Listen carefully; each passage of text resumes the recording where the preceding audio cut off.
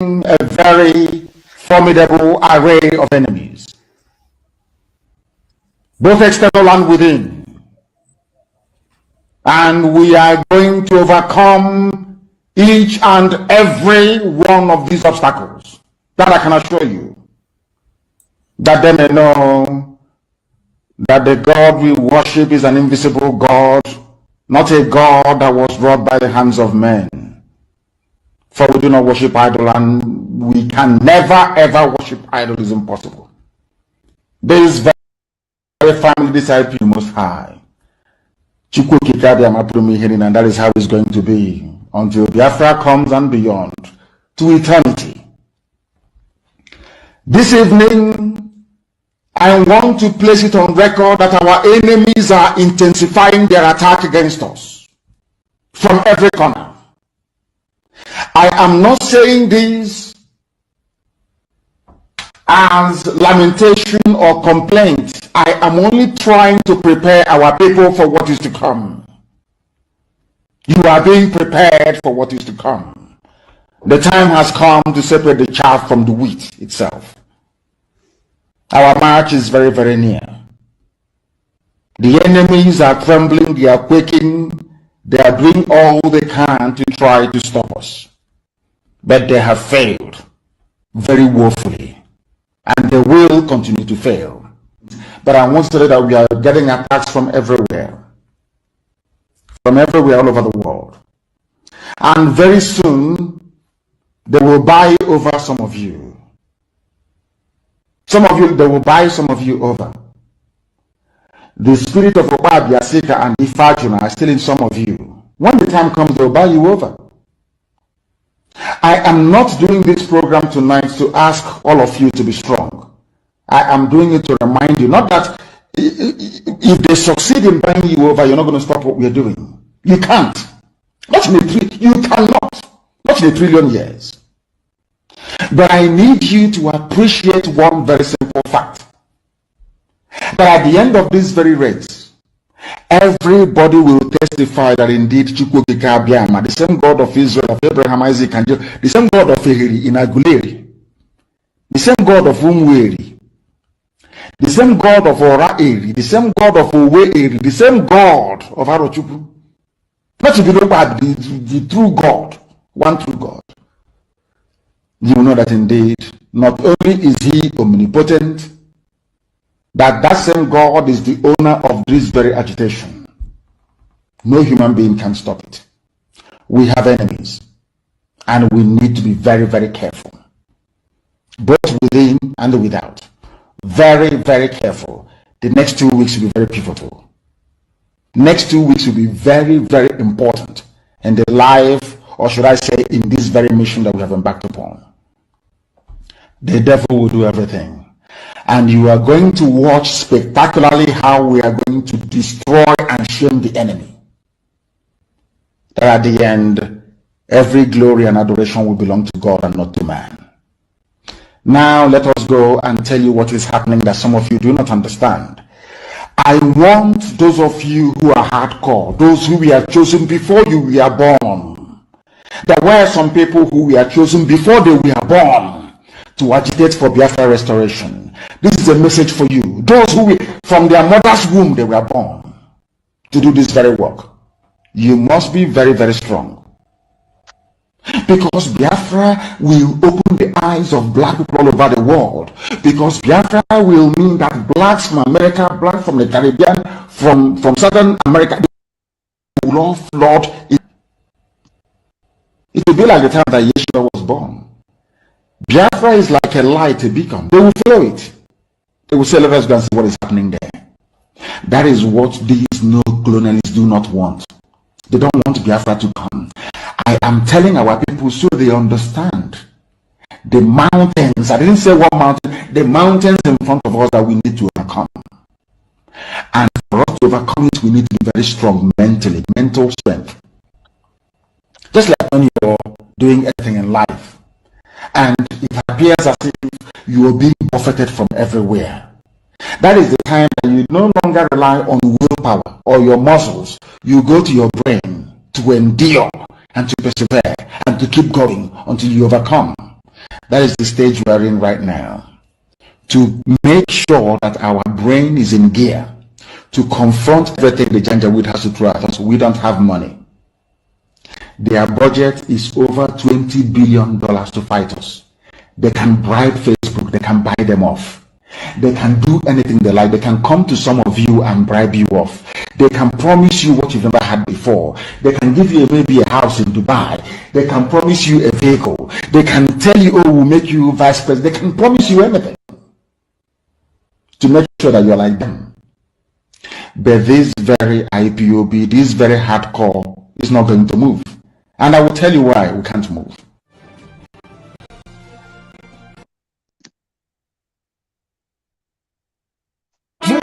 I will be, I have not just I will, I have become your last born. And said it from till now. I will be your end unto Biafra.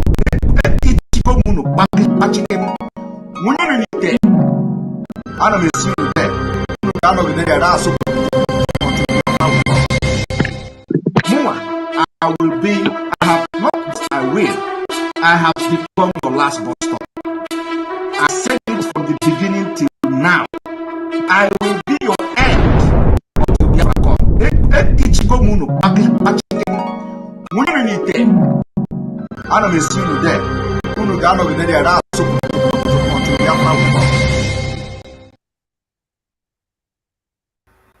Welcome once again. Good evening, good morning, good afternoon, wonderful people of Biafra. We salute you from all over the world. And we are here again. For those of you watching us from Biafra land, we say Ndewo for your sit at home and for you standing strong to this very time. As it happened, that's how we did show and that's how we did come. So I salute all my comrades in the house.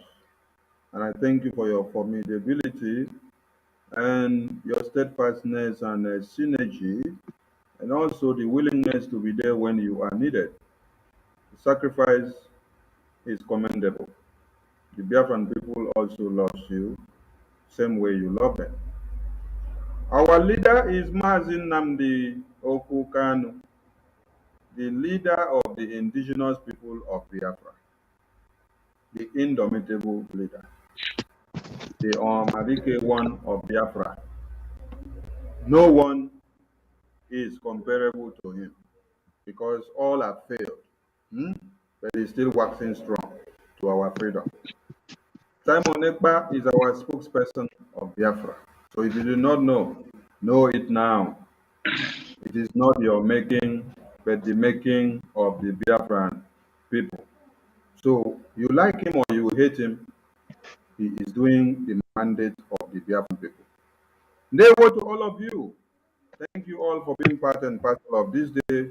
We encourage you to hit the like button and the share as we remind you of the need for us to push one Nigeria out of Biafra land, because it is not we that have to leave Nigeria, but Nigeria has to leave Biafra land, because Biafra land has existed 500 years ago and even more before Nigeria came to force us together against our will.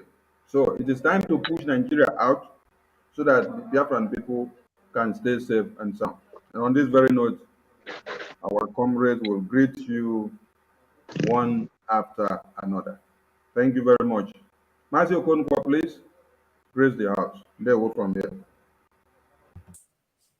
Yes, Barawa, good evening, sir, from here. And I want to thank all of us who are here, starting from Pastor Livingstone, 247 Ugo, Mazikelesha, salute you and my brother Biko.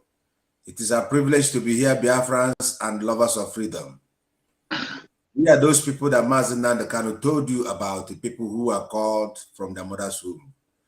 We have come to show the words of Mazen Nandekano. That's what we come here to practicalize. Our leader, Steve Mazen Nandekano, under his auspices, will come tonight to give you this broadcast. Just pay attention, listen. Moreover, share our platform. Go to those comment section, find any one of us, share the broadcast, click the button, subscribe, and also the buttons. Make sure that you circulate this message because we are live and we are direct. God bless you. God bless you, Mazi. We salute everybody. Ajibo Sunday, we salute you. You know, say you the trouble and you the make our comment section the day agile. So we greet you from here. Mazi Owubiko, please grab the mic and salute Biafrans. Hello, Biafrans. I thank you all. I thank you all for making this movement to be possible. My name is Paul Biko. I thank all the media team, every one of us, Emeka Livingstone, Kelechi, Osunokonkwo, 247 every time, Abarawa. And we also extend our greeting to Ipob, the taproot of all our problem, and the man who is ready to set us all free. Why all of us are working under the leadership of Mazen Namano to see that our upcoming generation will not undergo what we are going on today. It's only take a decision when one Mazen Namano can say, when tough get tough, we go back to our mental, and they bring what they call mental toughness to face this kind of difficulty. We are not the only kind of just people in this world that is making history. People have made history a long time ago. We are only trying to imitate from what has been happening in the world. Subscribe to our YouTube, like what we are doing, tell us what we have not done. You have right to criticize the one we have not done well. Tell us why we are not doing it well. We are here to learn, and we are not we are not afraid of making mistake. Rather, we are ready to take correction whenever it takes dictated and whatever we are doing. Thank you all as you subscribe and push this message forward to the last man standing on this planet Earth. Thank you. Thank you very much for that lovely welcome address. Pastor Emeka, so I think I need to look for another title to see add there so that it will culminate into something. So Pastor Emeka and Mazi Emeka, please, someone should help me with another title so that I will add them. 247, please look for another title that I will add. Oh my God. God help me. God help me. Obom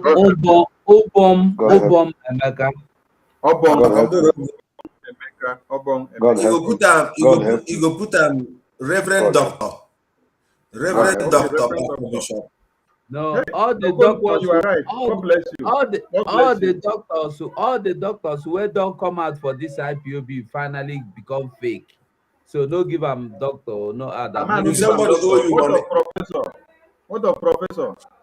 If you put professor, but no put doctor. If somebody owe you money, you carry Pastor Emeka go there, the person must pay. As Emeka the best. Pastor Emeka, please. The man needs Biafra. As they look at here, this man needs Biafra pass you now. 1 second, they don't carry Biafra. May God deliver me from your hands. Biafra, May God deliver me.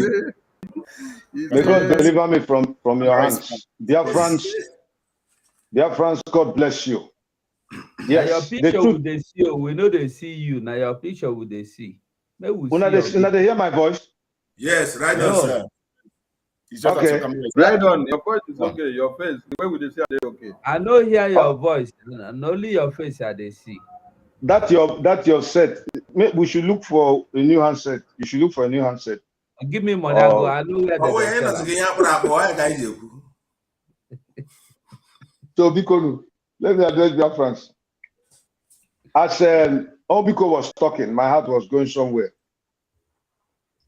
If Biafrans believe that God called Nnamdi Kanu and gave him an instruction,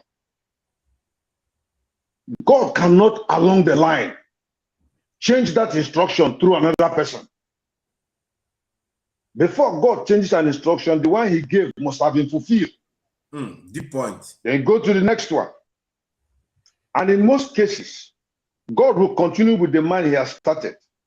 Even if he brings another person to continue, that person will continue in the line of the original instruction with a follow-up, just like Simon Ekpa is doing. That is my stand in the Biafran thing. There's no suggestion in any wise to tell me that you have political solution to the Biafran issue. Nothing. No matter how educated you are, God does not make mistakes. He called Nnamdi Kanu and he spoke many years ago, and those things are fulfilling. That is my stand. Biafrans, let us build together and get our country. In Jesus' name, amen. He said, Amen.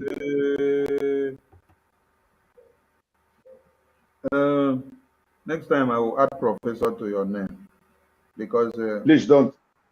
the way you articulated the thing itself, the past professor, which I will talk, instructor, which one I will talk. Massacre, please, Grace Biafrans, they will from here. Yeah, thank you so much for the opportunity. Biafrans, before I say anything, I want to appreciate my comrades on set and in the studio. And I want to appreciate Mazi Simon Ekpa too. Appreciate Mazi Nnamdi Kanu, our leader. And appreciate everyone who is sacrificing or doing everything that they need to do to make sure that this freedom comes. The Umwada, the synergy we have in the alliance and other things. And at the same time, I want to appreciate every Biafran who is standing strong and tall for this cause of freedom, those who have not compromised, those who have not allowed themselves to be cajoled by the cagey, dingy circumstances around them. But you have allowed yourself to continue in the light of truth. God bless you, very good. And as we go on together, we're going to enter into our freedom to the glory of God the Father and the Son and the Spirit. Thank you so much for joining us, and God bless you wherever you are. Very good. Thank you. I can see that I am having too many pastors in this autopilot media thing. So it's good so that when we are taking some bullets, they will use Holy Ghost fire to take some bullets for us. It is well. So, 247, please grace the house for us, and they will from there. Since you don't detect title, you go to put my own Reverend 247. Sorry. Let me do official introduction. His Holiness Reverend. No, I know be that one. No.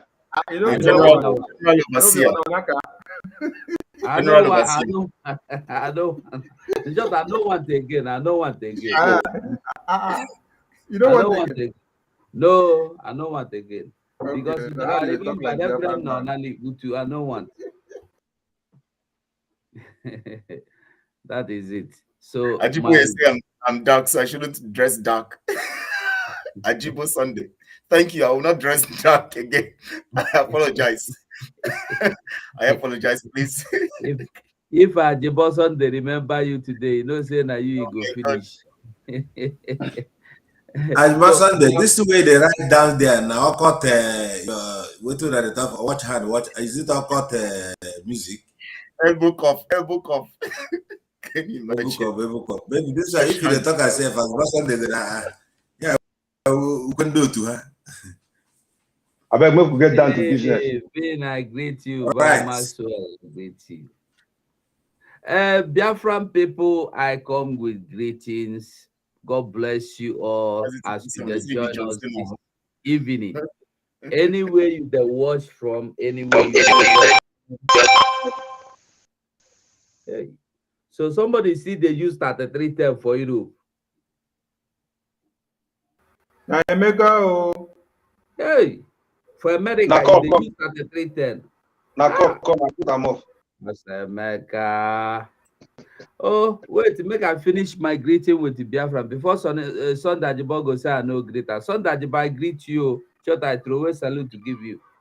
Every Biafran, I greet all of you. I love you all. Thank you for being our support. I'd always talk and say, Now we all day into this thing together. Nobody they pass each other. Your smile, your courage, your you're joining me, you're joining us together, encouraging us, telling us well done is your own contribution. Your 1 cent, your 1 million contribution. You being here is a big support. We are all into it together. And we are going into Biafra together by the special grace of God Almighty. Chukwu Okike Abiama. Thank you for coming. Welcome to this program. Enjoy yourself with what you will hear, because Pastor Michael Livingstone is here today. Thank you. Thank you very much. But as they enjoy themselves, we are not sharing palm wine or dog meat here. I don't think they will get some. Don't worry, don't worry yourself. Pastor Michael know how you go do them. Okay, thank you. Anyway, now offering and collection. So as you say, Emeka knows how to do it. I know they go collect offering. He go collect offering and tithe. I did for offering. I did offering. When I bring the money. Yeah, I did for tithe. I did present for tithe. As everybody has given their welcome address, the dragon is also giving his welcome address to the Biafran people.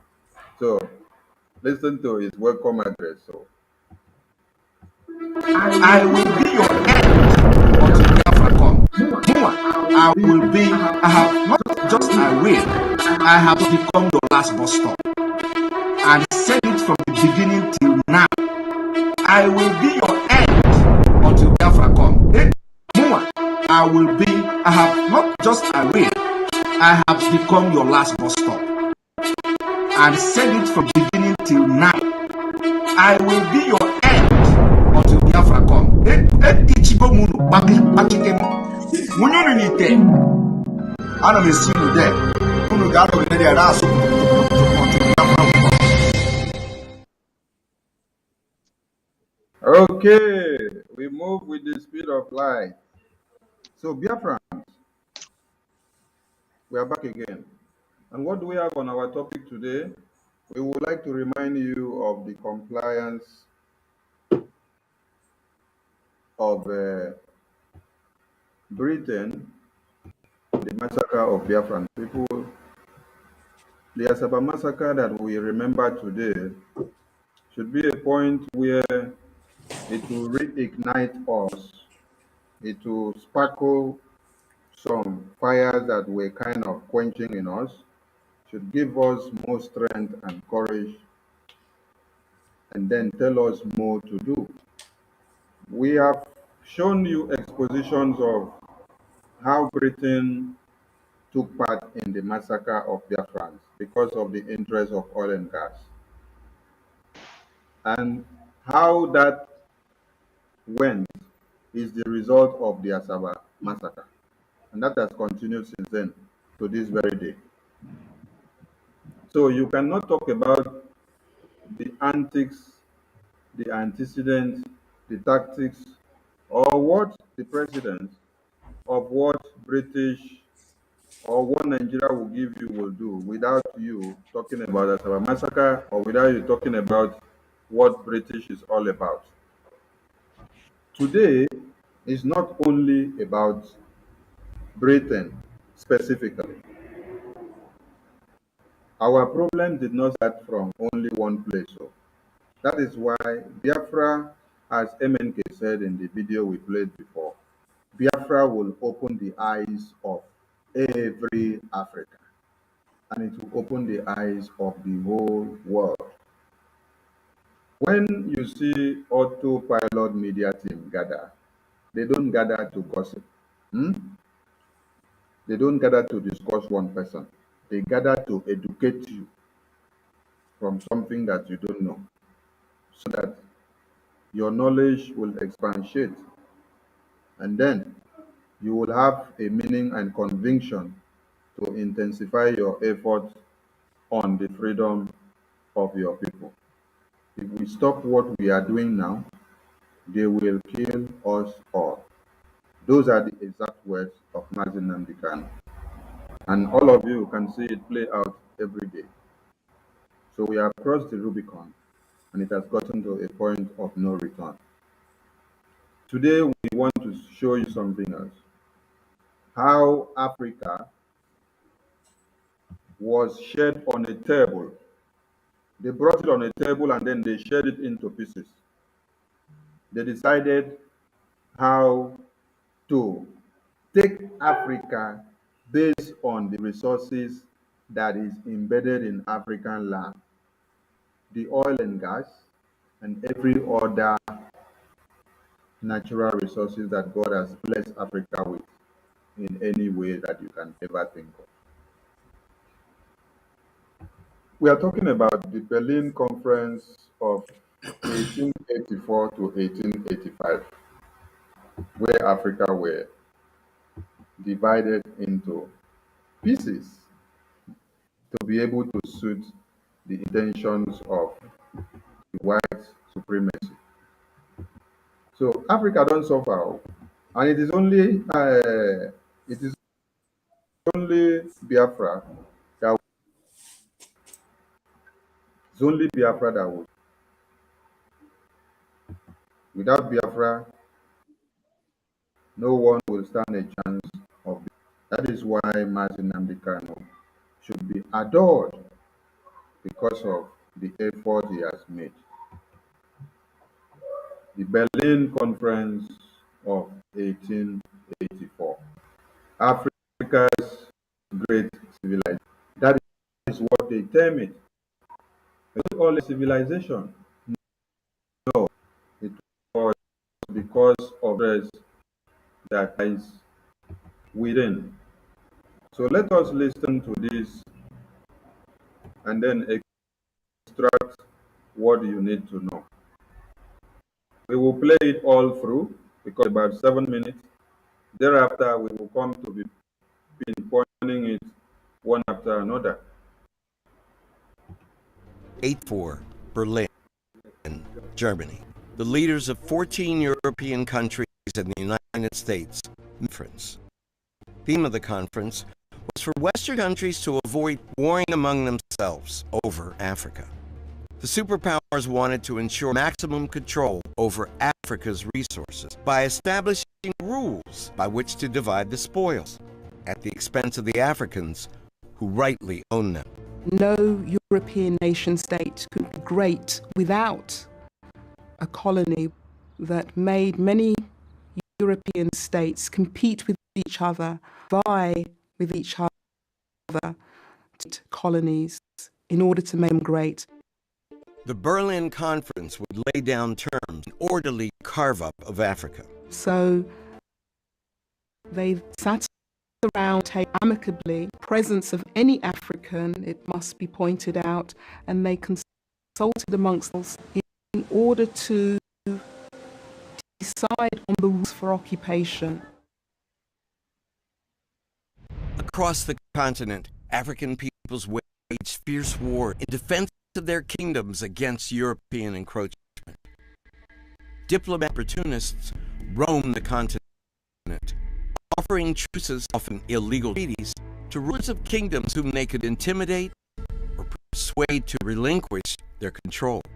Violence should be seen on a spectrum, on a continuum of plunder, pillage, and rape that all the powers engaged in, but they engaged in at varying degrees and at varying levels. And the most horrific exemplar of the violence of colonialism is Congo. The huge basin of the Congo River in Central Africa is extraordinarily endowed with vast resources. This land, 2.5 million square kilometers, crisscrossed by navigable waterways, was extraordinarily rich in natural resources, brimming with coveted commodities like palm oil, timber, and copper. This region was also blessed with huge quantities of another highly valuable substance, rubber. Advances in the vulcanization of rubber made it more durable and less brittle, facilitating the invention of the pneumatic tire. Soon, rubber would become one of the most sought-after resources on the planet. The ancient rubber vines that grew wild over the equatorial rainforests of Congo had long been exploited exploited by the custodians. But now, outsiders were intent on plundering them. Following the Berlin Conference, Congo Basin was recognized as possession of its sole owner, the King of the Belgians, Leopold II. Renaming it the Congo Free State, Leopold now personally controlled a territory 76 times the size of his home country. Since childhood, one of the things he had craved was a colony. And so he created one for himself. And he did it by convincing other European leaders that he was going to spread Christianity and bring in quote-unquote civilization to the people. King Leopold II's interests in the Congo were largely underpinned by enormous greed. And as a result of that greed, the Belgian Congo became the personal, private property of the King of Belgium. And the discovery of rubber became a godsend to King Leopold II. Leopold ordered the rubber to be collected as fast as possible. Soon, vast areas were stripped of every single rubber vine. The mindless plundering of the land for its resources was repeated all across Congo Free State, the profits going into the pockets of one man, Leopold II. The environmental damage was only a tiny part of the story, and it pales into insignificance against the wider picture of corruption, crime, and inhumanity.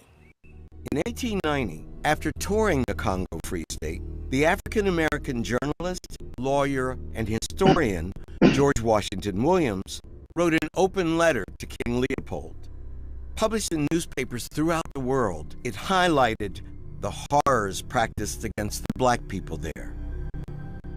A large demand for the raw materials would necessitate changing the method of producing it, because the Europeans needed these commodities in large quantities. In the case of Leopold, he would impose a very brutal way of extracting the rubber. Villagers were given strict targets for the amount of rubber they were forced to collect. Punishment for failure was brutal and drastic.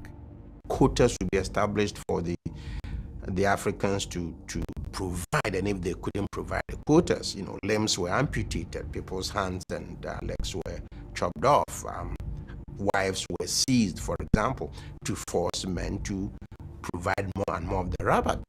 Leopold's private army of mercenaries, comprised of Congolese soldiers commanded by Belgian officers, policed the operation. Anyone who resisted was shot. Because ammunition was so expensive, severed hands served as proof that a corpse had been harvested. When soldiers had fired more bullets than corpses, they severed the hands of the living, men, women, even children. Visual evidence of the brutality was captured by the English missionary Alice Seeley Harris. Her photographs appeared in anti-slavery pamphlets around the world. Despite Leopold's claims that the punishments were part of Congolese culture, or that limbs had been severed by wild animals, the photographic evidence was undeniable. Public outrage shamed the Belgian government into forcing Leopold to relinquish personal control of the colony in 1908. It's estimated that 10 million people, half of Congo's population, perished during Leopold's inhumane rule.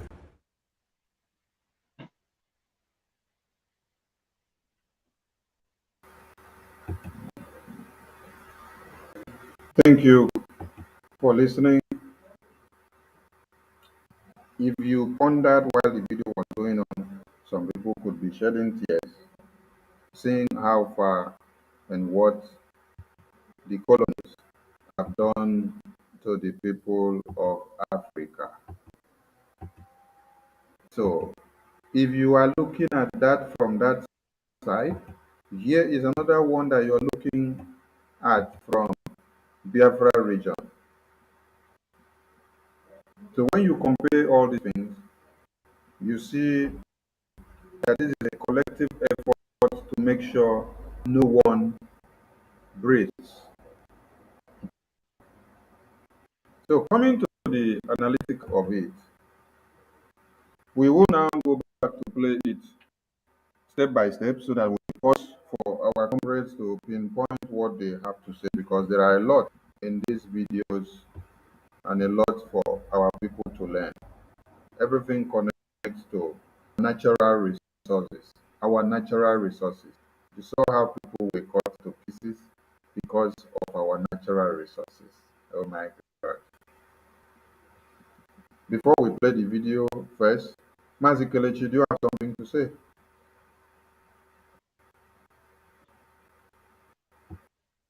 Yes. Basically, if I want to actually analyze this video in totality, I might digress to an extent. Now, basically, I want to look at, I want to go to the beginning of conquests, in the life of human existence.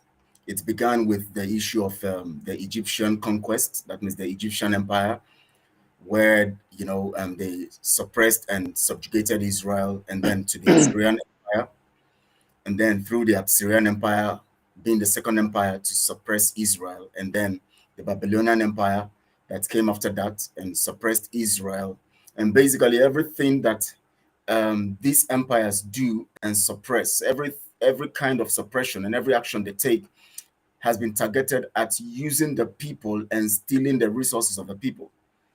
So when the Assyrian Empire came in, they subjugated Israel and they surrounded Israel. Most times we read, of course, we saw the history. We read history where sometimes they this surrounding Israel, and just like what they did in Biafra, the template of Biafra, taken from that scenario where they subjugate the people by surrounding them and making sure that they are not going out and coming in, they are not doing any trade and business, and the people starved and all of that. Of course, we know the story of the four lepers who were able to, through prophecy and through all of that, Elijah's prophecy and all of that, there were freedom. When we came to the point of the Babylonian Empire subjugating Israel. Now, one thing we should understand why I'm going this line is I don't want to go deep into it. Of course, after the Assyrian Empire, we had the Babylonian Empire, we had the Mede-Persian Empire, we had the Grecian Empire, then we had the Roman Empire that gave room for the British Empire. Now, if you discover something, you discover that the first empire was the Egyptian Empire, which was Africa. Africa actually had control of the world. But when the Assyrian Empire came into play, which of course has to do with the Asian aspect of the globe, and they actually subjugated Africa to the point where Africa now got demoralized and became saw themselves as less than what they actually are. And because the people actually were only concerned about making themselves educated, getting themselves updated about information, they were not looking at development. Even if we know that Africa was the first aspect of development, where we had the Egyptian empire developing strongly and growing, there was this stop at a particular point where those empires that came after Egyptian empire were able to suppress the people mentally and control them by their religion. At that point, it's now run down through, and of course, knowing Israel, of course, being subjugated all through this process. And we discover that those people, like the Biafrans or the Ibos, who came out of the Jews, from that land, from the psyche of subjugation, they came to West Africa or the eastern part of West Africa and got themselves having a system that had reduced them. Rather than seeking development in the context of development, they actually got themselves restricted in the line of just applying the rules of engagement and the rules of ruling themselves and all of that. But the British and all those world powers who wanted power knew that for them to gain power, they must have control of resources. And control of resources means that there's going to be development. And that is how they conquered Africa. As we go on, I'm going to explain better what I try to mean by this. But this is just the first point of submission I want to make along this line, but deviating somehow from this video. But that is what it tells. It reveals to us on that in that regard. Thank you so much. Thank you very much. Mazi Okonkwo, Yes. Mazi Kelechi just raised an issue that before these colonists could be able to sit well and balance well, They need to come and face one resource and then control it. One natural resources amongst many needs to be controlled. They have to have their eye fixated on one. Now, how do you connote that to Asaba massacre? Yes, thank you, Barawa Sani and the Biafran that are listening to us. It is from time immemorial, we have been crying. Okay, coming to your question straight, everything that have been happening in Nigeria against the Igbos, I would say, is connected to the oil, to what they want to get. The colonial masters have intention. When you look, like as I said, from time immemorial, what have been happening to us reflects in different parts of the Bible. Like Kelechi indicates from many tribes where we have been, walking out from. And the cause of that is because of the abundance of blessing, I would say, that God Almighty have given us biafrans. And that attracts enemy. The kind of gift we have, not only Biafra, but I'm using Biafra in order to connect to the whole Africa. There is something about us in that land. Remember, there was a time people went and began to spy a land. Is that land good? Is it not? Is it a good place? So I think when they came to Africa, they saw the rich things that God has blessed us with. And they become greedy because we, Africa, we don't have intention of killing people, creating weapon, all this missile, all this battle wars, I would say the wars you see today, is created by these same colonial masters in order to invent us. They started was divide and rule system. The same people also who they used to catch us and carry us to wherever they're taking us is also our brother. So this saboteur you see has been there for a long time. And when they introduce this thing, it's in order to wipe our race out because of the abundance of blessing that God Almighty has given unto us. If you are acquainted with the Bible book of, I think that was Numbers 22 and 23, when Balaam was afraid. Is it Balaam? Yeah, Balaam, right? He was afraid when the people of Israel wanted to find a space to pass, but he was afraid. One thing is when he allows them that the African women that they don't take time, they deliver, their wives say they born anyhow. Anywhere they go, they saturate. So this become the fear of the colonial master. If you remember, like what we're talking about here, if you see this marginalization, Kelechi, there was a video you made yesterday. I was watching one of the program where two white guys are talking about something in CNN. One said that Africans were not their priority. Do you remember that video? That we are not the priority of the West. When I was watching that, but I was in the morning going to my job, I was sharing tears. But America, he said, have what it takes to solve the problem in Africa. So in other words, if we are not in their diary, we are not the priority. Who are the priorities of this colonial master? When you're talking about the colonial master, all these guys you see saying this thing, they are also in I could say, controlled by the same colonial master. Even this, your presidency is in Nigeria. So this is the fact we must understand. We Africans and Biafra that are listening here, we have been marginalized for a long time. We are being humiliated because of what we have. This is a time we have to tell all these colonial masters to leave our land by coming together. If you look at what is happening today, even in Biafra, you will see Chinas and Wuru and all of them betraying the struggle. Looking outside is destruction. You have to look inside because after all, even this Fulani, all of us are black. So this fight is against the black. Through all these colonial issues, they hate us. They said we are not their priority. They have a lot of things to offer outside the world. Look at what is happening in Ukraine. All of them are giving money. But those oil is coming from our land. What caused the war? What caused the war? If you want me to connect them as a massacre, it is the same oil that caused the war. Because we are what do they call it? Where oil with a honey day, now there bee, now there you go see crocodile, you go see mosquito, you go see everything on one oil that grow in the white bush. So because we are blessed and we must not allow these colonial masters to still control us, we have to break ourselves first to go out of Nigeria. That is where they hook us into. Thank you. Thank you very much, Mazi, for Mazi 247. They say na where ant dey, na there lizard dey go dey chop food. Now, the colonists say we are not their priorities, right? But our oil and gas is their priority. That is why they come, they kill everybody because of this oil and gas. What do you think we should do to these people if we want them to stop feeding from our ants? Because they are now the lizard coming to feed on our ants.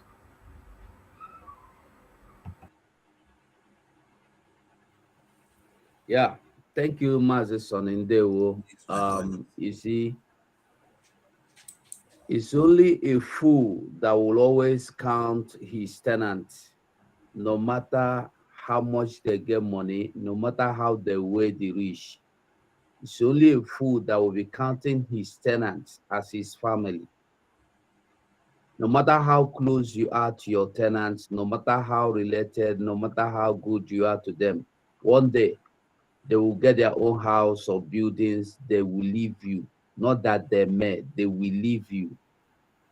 And by the time they leave you, your house might have gotten old, or your house might have gotten to a point that yourself, the house, you can't even live in the house again. So these people now are not ready to leave until we make them leave. Unless something happens tomorrow morning, where we say, we wake up, they tell them, say, that's all you don't come out, you know, they again. That gold, you know, they again. That diamond, you know, they again. Because now, you know, when we are here crying of British, leave us alone, our brothers in Sierra Leone, in Congo, this one, diamond there, gold there, in Ghana here, they are not even seeing it the same way we are seeing it. They believe they are okay. They believe we are okay. But the truth is this. If you no comot that thing where they burn for fire, that fire no go stop the burn. The only way to stop them is to reject them. Like there's this Sheun Kuti, the Fela Nicola Okuti Pikin, in talk say, until the day you make your oppressors your enemy, they will not leave you. These people are our oppressors. They are not our friends. Your oppressor is your number one enemy. If you make him your enemy, he will know that the way we now are making this Nigerian government so funanis to understand. Because when you talk of Nigerian government, people go there think say na Nigeria. No. When you are talking of Nigeria, you talk of funanis. We are now making them to understand that we know them to be our enemies. And that is why you see them every morning and night. They are bringing weapons. They are bringing men to our community, to our Biafra land. So the only way, you know, get two ways, you know, get now to reject them. If now Pastor Mecca go do that deliverance, he do deliverance for Africa, make them come out. Thank you, Sonny. Thank you very much. That's why I said it's good that I have too many pastors on this platform, so that when it's time to do spiritual bullet and warfare, they will help me. Mazi Emeka, Pastor Livingstone, before you say something, I want you to connote something together and then finish one point. Last summer, the British government's policy of continuing to supply arms to the Nigerian federal government was attacked in demonstrations in Britain and abroad. In London, Biafran supporters clashed with the police in Trafalgar Square and Whitehall. Britain was branded with being an accomplice in genocide. British was branded for being an accomplice in genocide. And when you look at the video we played before about the sharing of Africa into different segments, it is still bent on the same thing. How do you connect the dots?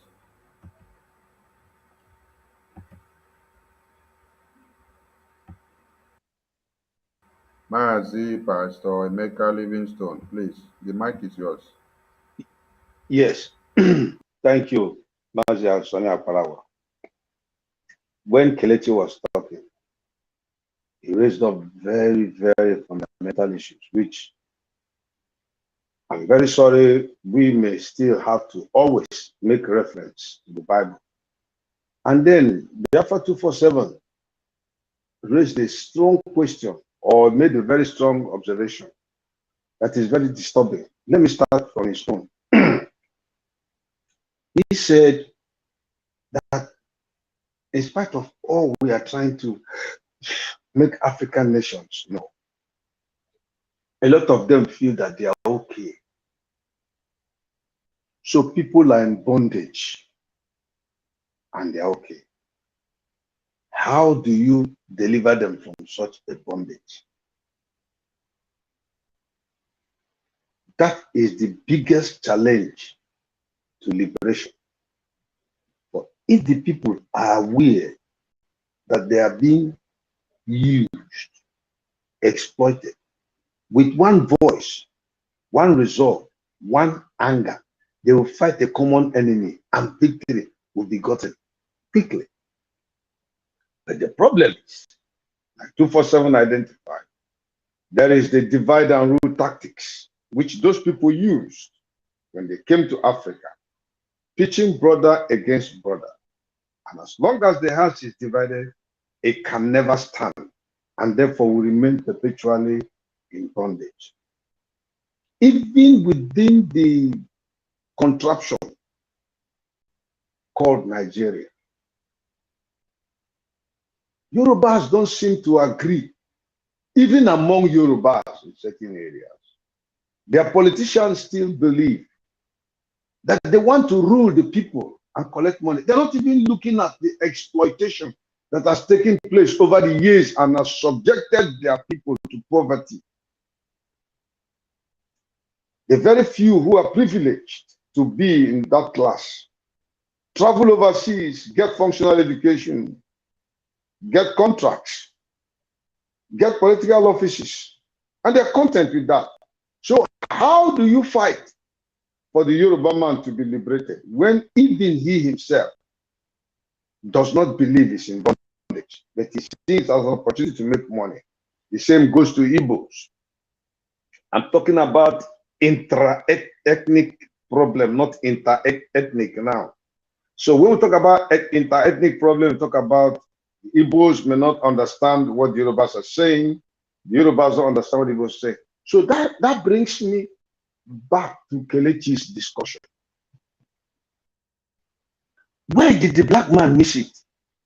Because if you listen to when he was talking about Egypt being, I think, one of the first major world powers, they were blacks. And if you look at their own power, which they wield, truthfully, they were not wielding power to suppress and oppress people. When the whole world was hungry, they came to Egypt for food. So Egypt gave them food for a fee. Egypt did not go to annex their lands using food as a bait.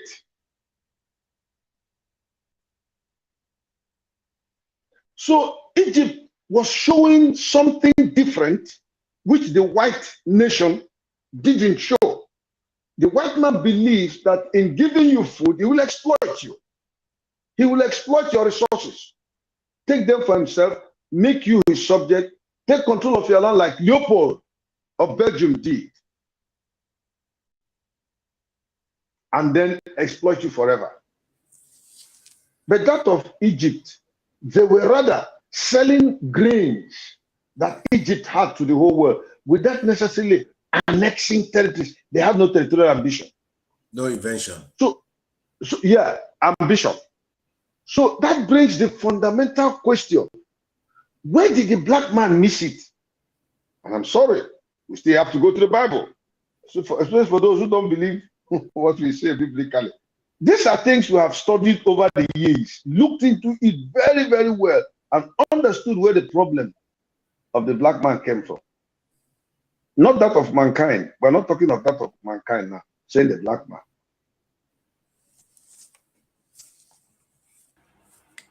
The first misbehavior that was exhibited against God in life was the black man by name Nimrod.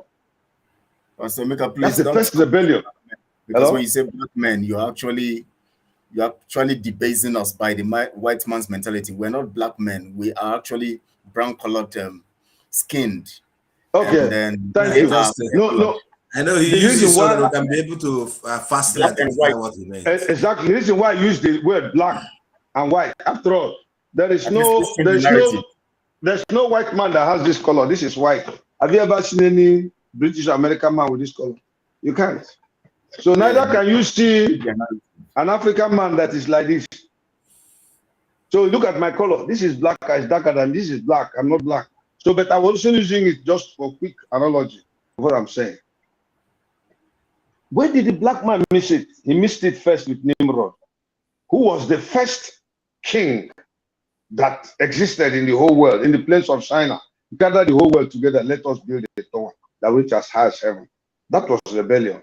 And God came and scattered the nations by giving them different languages. That's why it is called Babel. Babel means place of confusion.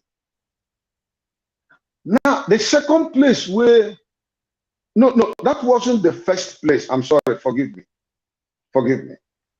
The first place started from Noah. Oh, forgive me, I've missed my history. Noah had 3 sons, Shem, Ham, and Japheth. And Shem was the father of the middle-colored people of the Middle East. You know, the Arabs and the Jews, they have the same ancestry. Shem. Ham was the father of the black people. And Japheth was the father of the Caucasian race. These people you call whites. So in actual fact, the whites were not the head. But favor put them close to the Shemites. The problem with Ham was seeing the nakedness of Noah that made him curse Ham's descendants. And one of them was Canaan, in the land where Jerusalem is today. He said, a servant of servants shall he be. Even though it was an isolated cause, but then the rippling effect has continued to this day. So there was a place where we missed it, and let us assume that God said something. Noah said something that was not in favor of his second son's descendant in the person of Canaan. There shall also come a time when we do things right, and the mistakes we did where we missed it can be corrected. And the time is now. That is why Nnamdi Kanu came up. You see, I see beyond just mere advocacy for liberation. For now, I'm off my phone. I go throw away this phone. I see Nnamdi Kanu delving into the very heart of the problem, and God raised him up for that purpose. So a time has come for the black man to make it right. All right, Pastor Mazi Emeka Livingstone, thank you for your submission. The message has been gotten. Because of time constraints, we will push to the next speaker so that the next speaker can as well give his own view. Thank you very much. We appreciate your submission. Thank you. And Mazi Owubiko, before you shattered the table, listen to something. We will not allow sub-Saharan Africa to escape that. Okay, we do everything to keep sub-Saharan Africa where it is, also impoverished. It's absolutely vital for the prosperity of everyone else. So let's get clear about that.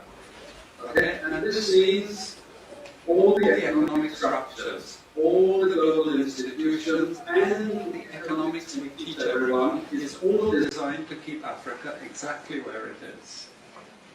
And whether it is Europe or US or now China, it's always the same. We need Africa to be impoverished because we need those raw materials and we need them dirt cheap. Okay, so that's the message. That's the message. We need Africa to be impoverished because we need their raw materials. And for us to continue to be on top, they must be kept impoverished. Mazio Biko, you have the mic.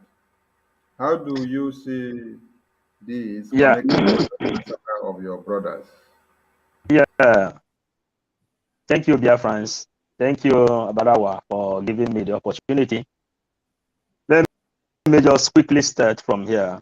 We need Africa to be impoverished. When they say we need Africa to be impoverished, meaning that they are calling group of people, and the way we are now making plan here to disorganize the meeting they have to put Africa in impoverished is the same way they call the Fulanis, as they take the Fulanis as the using tools to destabilize the light of Africa, which is the Igbo people. Now, we already know the power of divide and rule.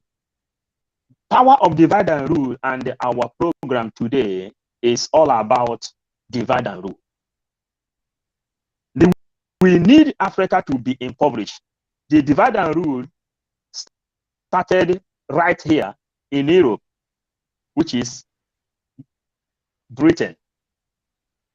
Why did they come to this idea? It is because they have found out that Igbo people gave birth to democracy, which circulated all over the world today. And when they found out that Igbo people you can't enter them anyhow, then they call meeting that we need to bring down these people. Europeans gathered. What is your interest? The interest started a long time ago.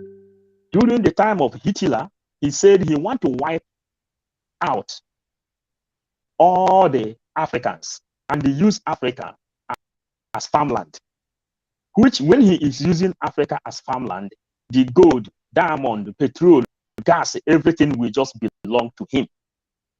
But one thing here is these people have found out that they have made a great mistake.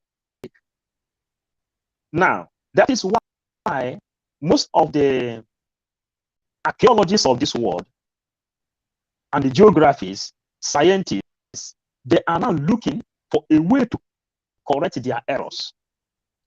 When they killed the people in Morocco, when the one Simon used to show and the one all of us know about, the exodus that entered people in Morocco, the more than 300 people.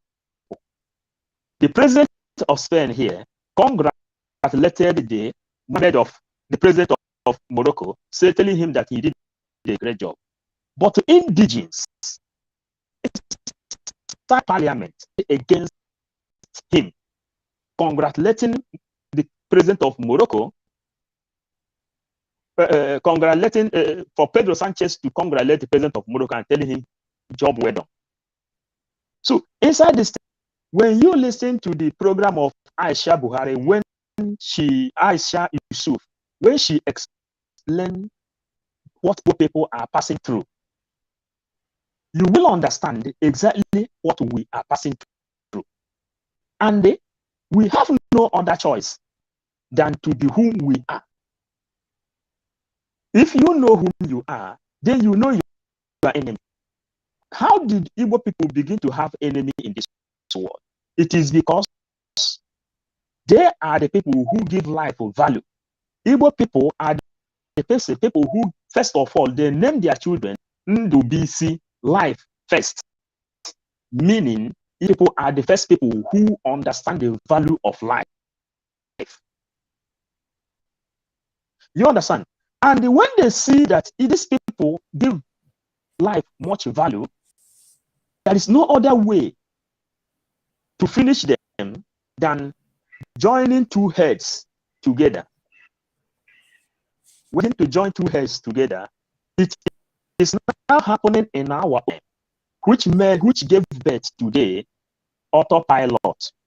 When they want to use GOS and the dead to Simon Eber to go against Nnamdi Kanu and the Biafra, chaos came everywhere. But God still choose some people whom He give interior knowledge to think beyond the imagination. That is why autopilot is born. When Nnamdi Kanu was doing this thing, when Nnamdi Kanu found out that Wazirike is getting tired from all the attack he is getting, because enemies are attacking Igbo people all around the world. Nnamdi Kanu told Wazirike, this statement you are making, this will not deliver the God kingdom on this planet Earth. Then the same jealous system, that is what they implemented. Then, which gave birth to for the kidnap of Mazen Nnamdi Kanu when Wazirike kidnapped him, to subdue him by telling the truth. You understand? But one thing is giving me courage to stand in this camera today, talking to my brothers in Africa, not only Igbo people, but African people at large. When I was trying to understand some history, some strong archaeologists of this world in England, they said the history of this world can never be completed until they revisited Africa. And why did they come to such statement? It is because of this noise they say we are making. This noise we start to make behind Nnamdi Kanu. The noise now is yelling, disturbing them. The spirit of our ancestors is giving them sleepless nights. They are looking for solution. Now they said, these people. Thank you very much. Let me land, please. Let me land. They say these people gave birth. These people gave birth to democracy, and democracy is what the whole world needs today. And that is the reason they must come, because Biafra is the light of peace that will circulate the whole universe. Thank you. Thank you very much. Sorry for interrupting you. We are just trying to be time conscious so that we don't run aboard. Now, I want us to pick out something here. Greed. And as a result of that greed, the Belgian Congo became the personal, private property of the King of Belgium.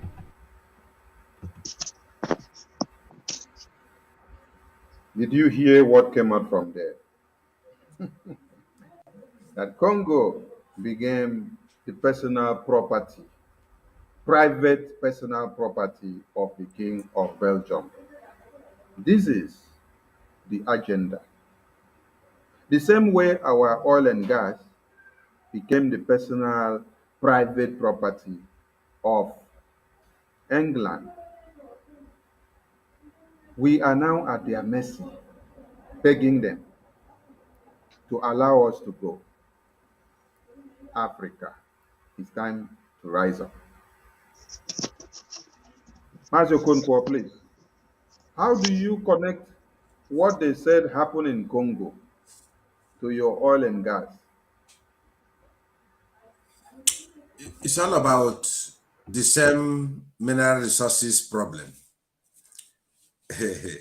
It's Congo is suffering for gold attack, while Nigeria is suffering for oil attack. So for the white man, the colonial masters, for them, that's what they call God. God is not the God in heaven. Their God is gold, oil, and diamond. That is the main problem. So harvest the oil in Nigeria and kill the people in Congo and massacre them in Sierra Leone. It's the same pattern. And they must use our own brother to carry out all these things. It's all about colonial masters problem. Like as I said, because of the blessings we have, like Pastor Mecca rightfully said before, we are the only people who can produce white and black, but white cannot produce black. So we must put our value into ourselves and stand on it. So what is happening in Congo and what is happening in Nigeria, there's no difference. So do you know if you go to Congo, the Chinese has invaded their bushes that they use the poor Congo citizens, indigenous people, young boys who are supposed to be in the university. They will dig an endable hole inside the ground on the point of searching for diamond. Sometime I saw one, the earth closed. Two of them was inside there. They didn't come out again in Congo because this is what they are doing in the bushes of Congo, tilling their ground. I mean, if you see this round hole like those African toilets, that one they go inside, and then they would be using rope to be drawing them. Sometimes the earth closes. Those youth die inside there. Another one is also the people who raise cow in Congo. They are suffering for the holes. The Chinese are not digging after Belgium left. So the next colonial master of Congo now is China. Now, son, when they dig this holes, small holes finish, this hole has unendable thousands of miles inside. When the water flows, these guys don't know where these holes are. A lot of youths, women, young girls, cattle, cow are missing in Congo because of the holes they open for them inside the bush, which they don't know. So these are the consequences of the colonial masters. We have to make sure that we begin to educate our people, and I hope they're hearing us. Thank you. I hand over. Yeah, thank you very much, Mazi Okonkwo. Your point is well delivered. And the discovery of rubber became a godsend to King Leopold II. Leopold ordered the rubber to be collected as fast as possible. Soon, vast areas were stripped of every single rubber vine. The mindless plundering of the land for its resources was repeated all across Congo Free State. The profits going into the pockets of one man. The profits going into the pocket of one man. All the rubber trees were ripped off of all. So I want to ship something in before you continue. Do you remember in all the whole schools in Nigeria, the whole schools, there are two plants. They plant this one, Melala tree. It is the same colonial master. He make everywhere farm of rubber. You know what I'm talking about. Everywhere you go, they plant it. Exactly. Not true. Mazikechi, how do you respond to the fact that all the resources that were ripped off of the rubber Congo in Africa was going into the pocket of one white man in supremacy? You see, I wish I have enough time, but I don't have enough time. But you see, I want to bring another perspective to this. Yeah, please, please, let's make use of one minute because we have one other video to touch. Then we call it a day. Okay, I don't want to blame these people for their shenanigans, anyways, because we actually are the problem. We Africans. The reason why I said we are the problem is this. These people have come to a point where they are dealing with the concept of reasoning. And of course, you know, the byproduct of reasoning is development. Africa was naturally traditional and religious. So in spite of the potentials put in us, in conjunction with the raw materials we had, we actually were not exuding our potentials in conjunction with those materials, those raw materials. Exactly. We were actually using our, potentials dormant. We were concentrating on religion and religious rights. But because these people were developing themselves by reasoning, they yearned for resources. Because resources is meant to help them bring about their reasoning to pass, to light. That was why when they came into the African nation or the African nations, they discovered that we were dormant in the context of reasoning. They discovered that we were concerned. In fact, we were so dormant in the context of reasoning. And now, of course, when you keep anything dormant, it begins to go sour or spoil. That is why we saw that our people were easily able to manipulate and used as tools to sell one another. Because the potentials God gave us were dormant. The white people, so-called white people, saw the potentials and used them against us. Thank you very much for your submission. That is well delivered. Leopold II. The environmental damage was only a tiny part of the story. And environmental damage is part of the story. Emeka, Pastor Emeka, hold on, Pastor Emeka, please. I have seen Gaddafi there. I've seen Mazi Gaddafi there. Okay, this one where your face dey like this. No fight with personal. Welcome to the studio. What's different with the own and your own, Sonny? Welcome to the studio as with a balance. All right, from the video we just played now, you heard something that environmental damage after they take out the resources has been a primary factor to the people. Mazi Gaddafi, please. The same environmental damage is what has left people in Biafra land desolated in their homes. Water has become undrinkable. Oil spills has rampaged everywhere. And even houses have been taken by the damages caused from the environmental pollution. This is the same natural resources which is taking care of the needs of the same people that came and extracted it. But yet, we are suffering our own dividends of the oil in damage pattern. How do you connect what happened? I just want people to understand that when you say Congo or when you say Sierra Leone, that it is not different from the same pattern that they are using for you in Nigeria and same colonists that came. Please say something on this. Please use 2 minutes because you just came in.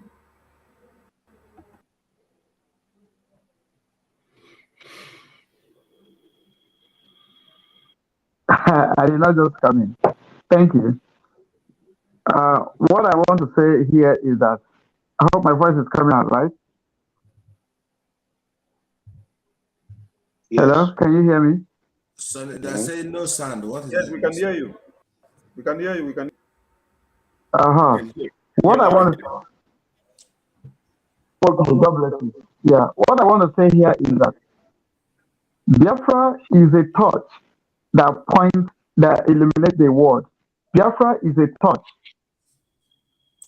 You know, when that's a torchlight, it will give to the dark place. That is why even the situation that's going on there were happening in Biafra land, where they pretend through shell we are ripping us off. So from the moment we discovered who we are, from the moment we discovered our rights, British got to join with the world to oppress us, to make sure, because any day that these Congo people rise up to know that these people are ripping them off, you will see the tribe that rise up will be oppressed by the whole world that are benefiting from that evil act. So what I want to say is that since this thing were and the African people rise up to say no, this thing can't continue as a torch to the world, And the British see that if these people has gotten knowledge, for instance, in the Bible, when Adam and Eve ate the fruit, God said, behold, these people are now knowledgeable, they are now wise like us. They are now wise like us. He now said, let us drive them out of this place before they will eat the other fruit. So that is just a kind of what British is applying against the different people. They said these people, if you check that Osman Danfodion, this man video clip that was saying Igbo people are this, Igbo people are that. That is the way they look at us. Even during the time of Nazi, the British said these people are very smart set of human beings on earth. So they are doing is to oppress us to make sure we did not see the light of the day. Because if they think if they allow us, we are going to teach others same. Likewise, me and you can be doing things. If I'm cheating you, you will. If I'm cheating you very well, we'll be fine, we'll be friends. But the day you discover that I've been cheating you, we'll start having problems. So all I got to do is to make sure you did not discover your right.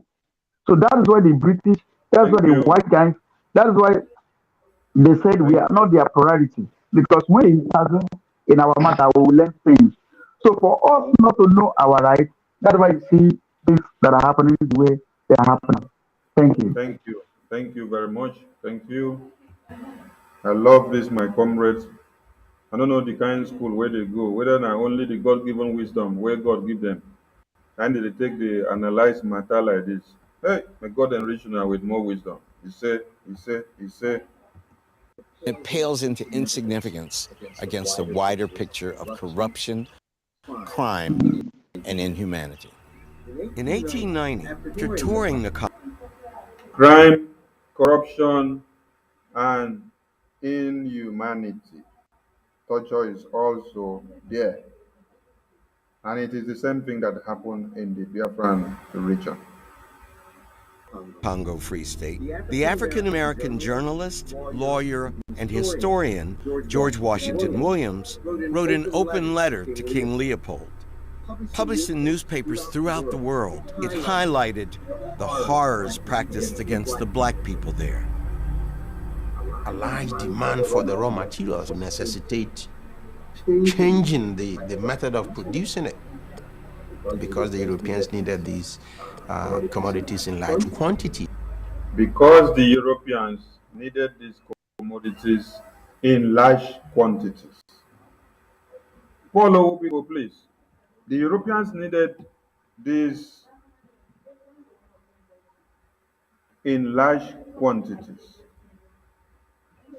In Europe, can Europe sustain without the gas that is coming from Russia?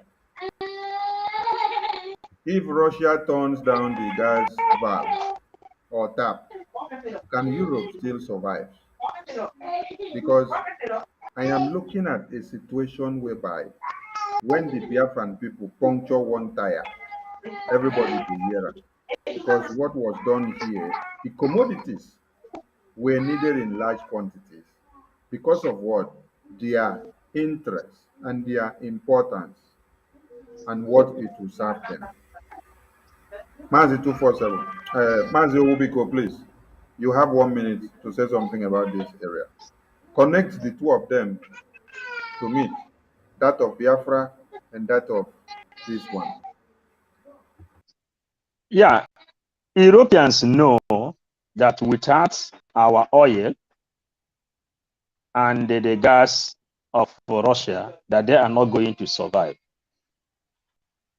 Now, in the part of Russia, if Russia close the tap or box the tap of the gas, Europeans know that they are not going to survive. So it is good that Biafrans begin to learn how to attack back and how to bring back revenge. You know, we have the oil, they need our oil. If they need our oil, they should come to us and we should negotiate how they can make use of it, not them killing us to take it by force, the way they have planned to put Africa under bondage. Our oil is our oil. And if we learn how to protect the oil very, very well, they will apply wisdom on how to come legally. That is the only thing Mazen Namdekano is fighting for. You need our oil. We can't drink it alone. Come legally, but don't come through back door. Legal. Let us negotiate how you are going to use it. If not, people should protect that oil very, very well for peace to reign. If they need it, they should come. The same way they are protecting Russia today for Putin not to lock up the gas. That is the same shoe we're supposed to put them as well. Thank you, Mazi. God bless you for that submission. In the case of Leopold, he would impose a very brutal way of extracting the rubber. They had to impose a very brutal way of extracting the rubber, to the point that you now see what is on the screen. Villagers were given strict targets, and they had to put something on their neck. Slaves in your own land. Slaves in your own land. By the people that came to say they want to come and give you development. They want to come and give you light. They want to come and give you, oh my God, when Africans will start, I don't know if the whole world will be able to stand. Villagers were given strict targets for the amount of rubber they were forced to collect. Punishment for failure was brutal and drastic. Quotas should be established for the Africans to provide, and if they couldn't provide the quotas, limbs were amputated, people's hands and their hands were amputated, and their legs as well were amputated if they don't produce the amount of robbers that is needed by the colonists. In your own safe land, oh. Hey. Mazi 247, please. This one, they boil me. I'll leave this one make you talk about another. Anyway, time no day, Sonny. You go give me this video link, I beg. No verse. That's by the way. These people now, they cut their hand. Not because they thief. Not because they do. If you look at the boys standing there, you see two of them even there are little children. Okay, tell me, what do you expect of that boy? Why will you cut off his arms? If the video goes on, you go see where they carry the hands, where they cut. They don't cut them, dry them, they hold them. When they cut them, they preserve them the way they preserve them and take it back to their land and keep them in their museum. If you go to their museum now, you don't see them, it's because of the new development we are having in today's world, because of what people do. Before, they keep them there. This thing where these people do us, the problem where I get is that we where they dehumanize like this, where they kill like this, you go see somebody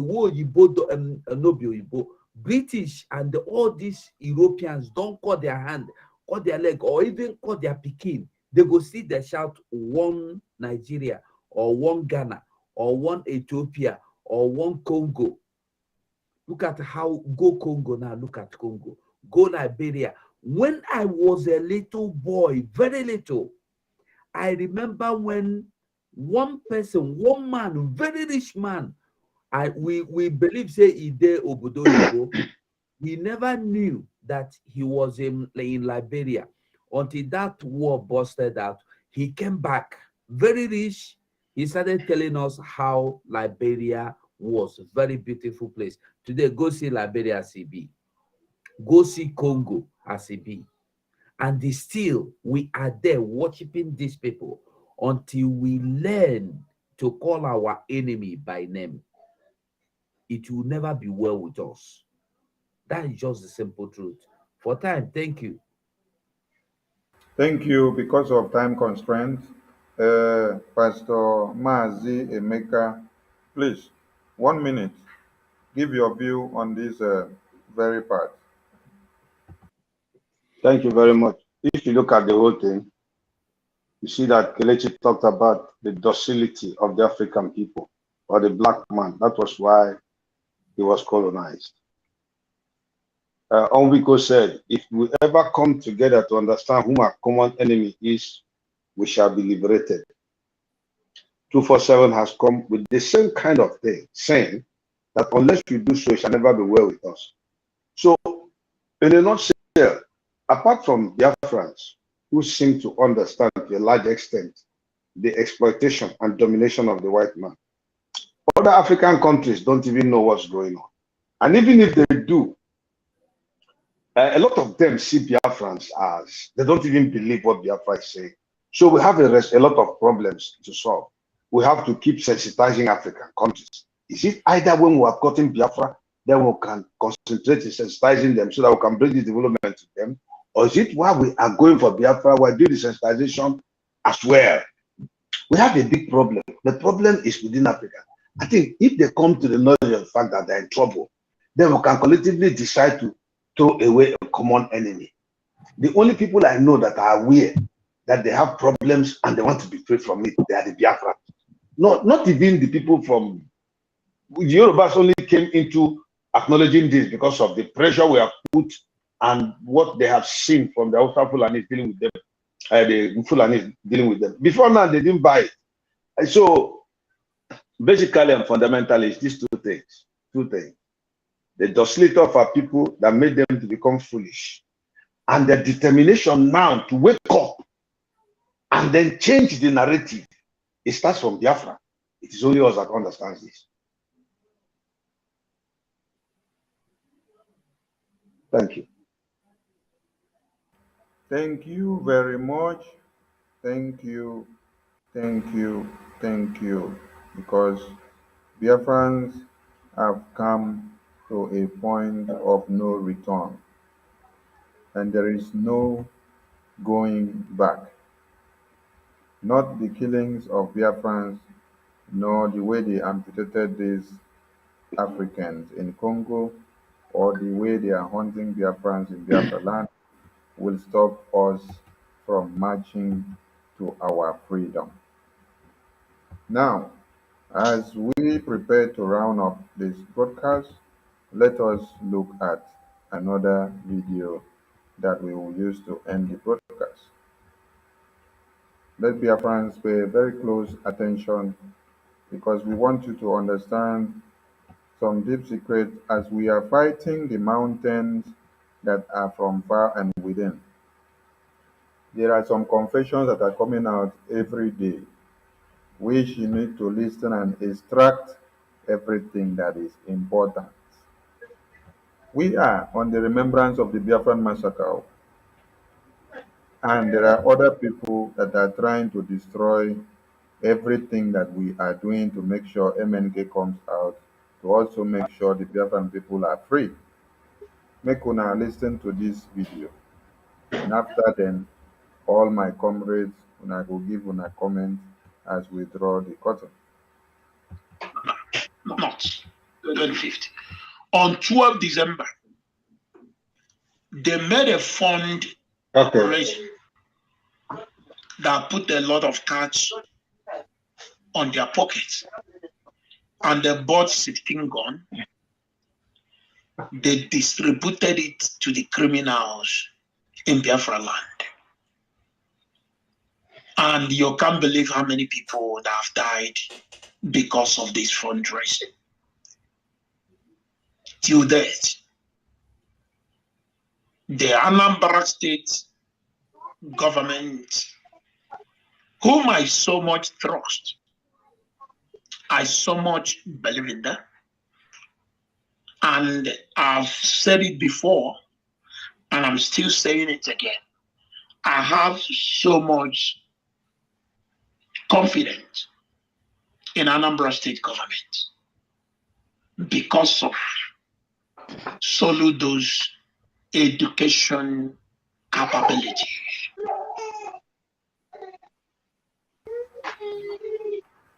Mazikelechi, what is your reaction to this very part?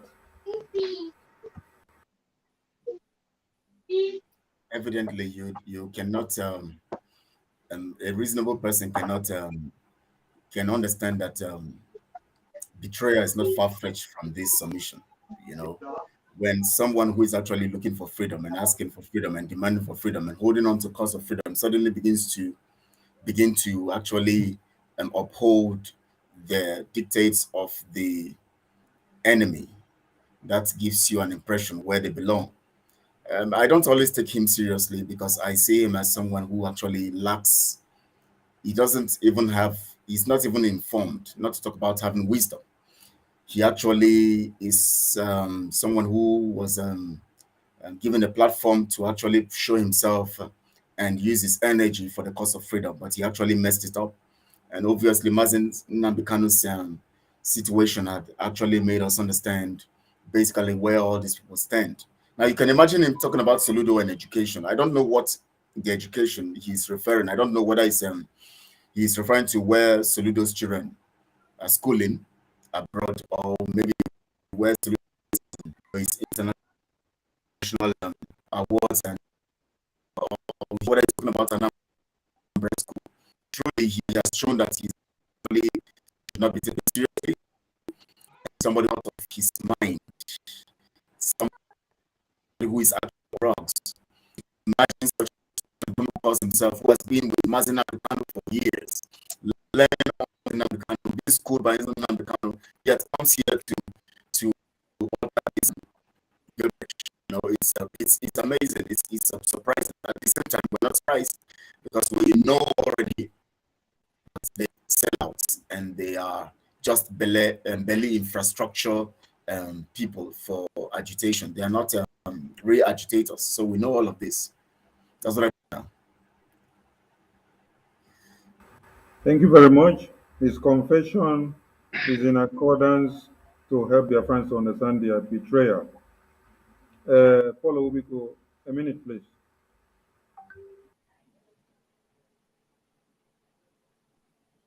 Oh, Biafrans, as we can see, they used to say that nothing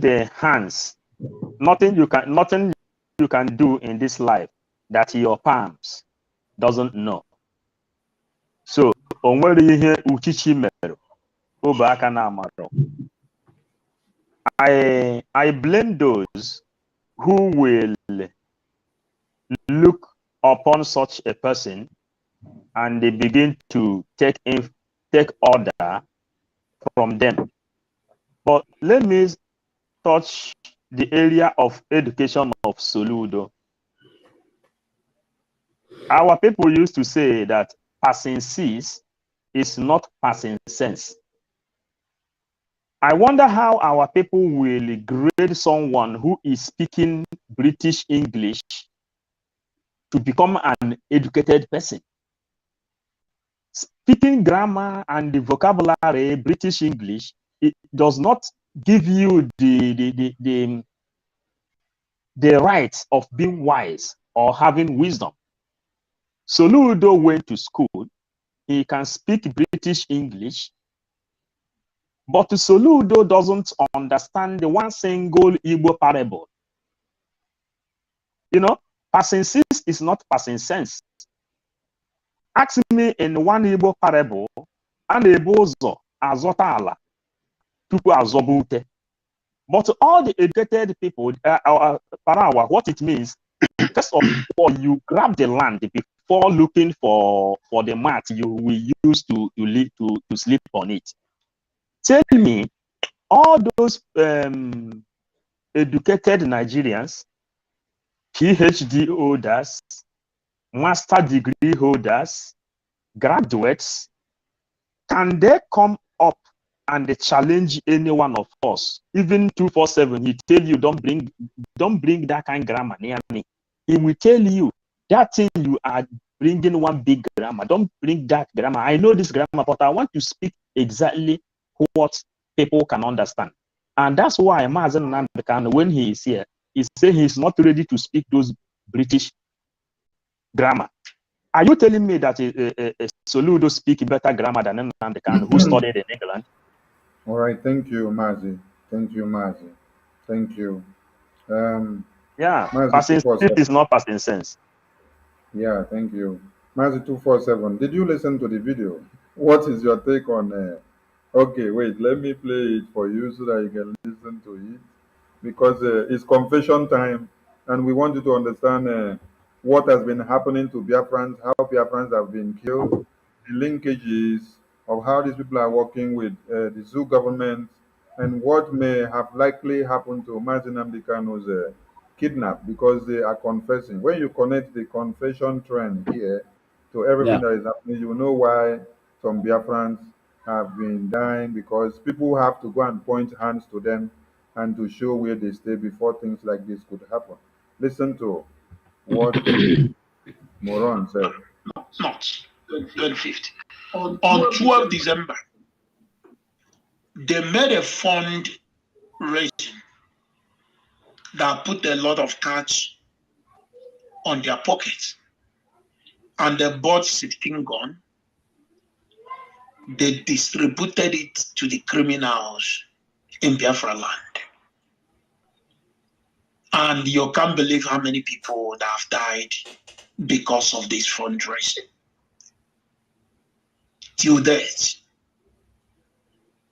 the Anambra State government, whom I so much trust, I so much believe in them, and I've said it before, and I'm still saying it again.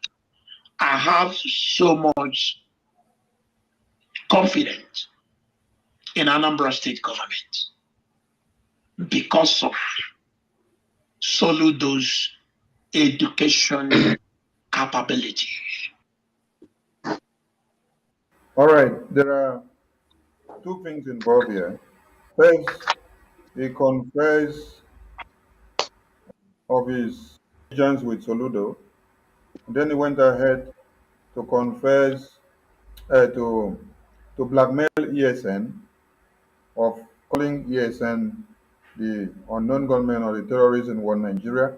Now remember that before BBC made a video before BBC made a video of misinformation and disinformation, Ikenga had done a video stating how much we raise in fundraising and telling them is a claim amount and what the money is used to buy, and then declaring that these are the money that is funding terrorists in one Nigeria and in Southeast. So from that was in December and November and October, before the video of BBC misinformation and disinformation surfaced. So now this one now is another recent video that Ikenga has released to confess in confirmation of what he has been doing, his allegiance with Soludo. So from what you have heard him say, what can you tell Biafrans and how they should go with this?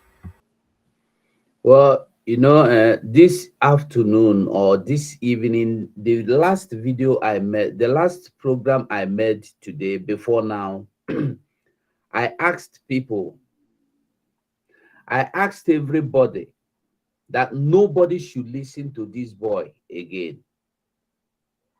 There are two things I said. One, he is mad. Secondly, he is looking for relevance. He is seeking attention.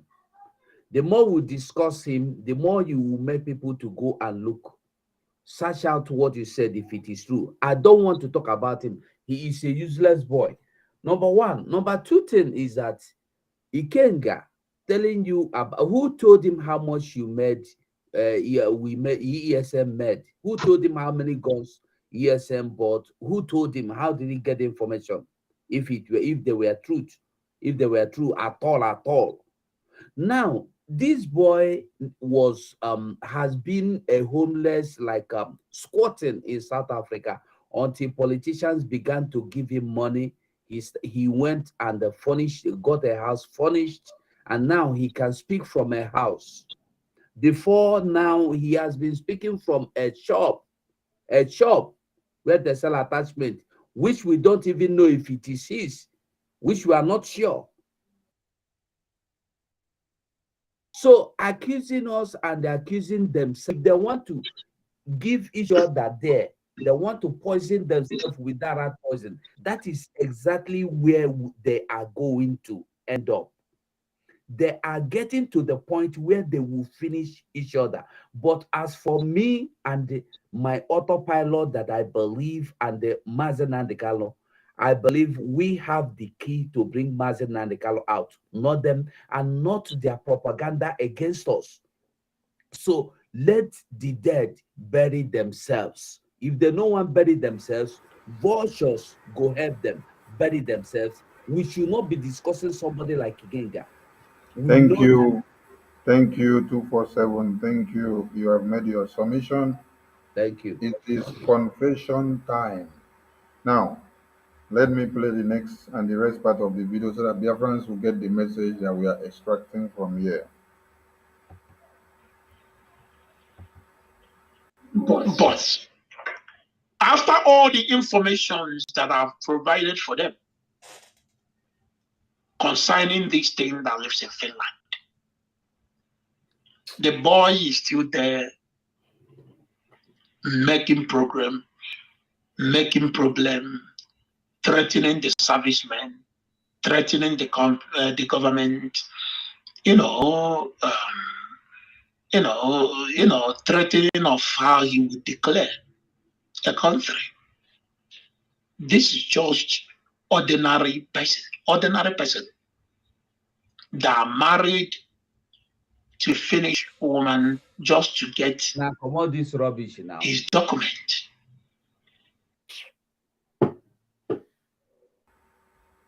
He doesn't deserve our time. There is something I want you to get. Our time. How can we be listening with to all this thing and we are information looking at him? I beg you, throw away and come up for screen. Information that we have given to them. This is telling you about they are working with the Nigerian government, how they feed Nigerian government and the Southeast governors information of how Biafrans are being killed every day. But it's there. This leads to the houses of Biafrans and Biafrans that are coordinators and the ones that will later refuse to work with them. And this is how they get to kill them. From his confession of saying, with all the information we have delivered to them, that is what I want people to pick out. When you see Biafrans being reported to have been killed by Ebubagu, like the other ones that you saw the other time that will shoot and then everybody died, where nobody thought something like that could have happened. It does not happen just like that. People give information that are inside the family of IPOB. And he is opening his mouth here to tell you, with all the information that we have given, I'm not interested with the rest of the things that he said. I'm only interested in picking the point that is important.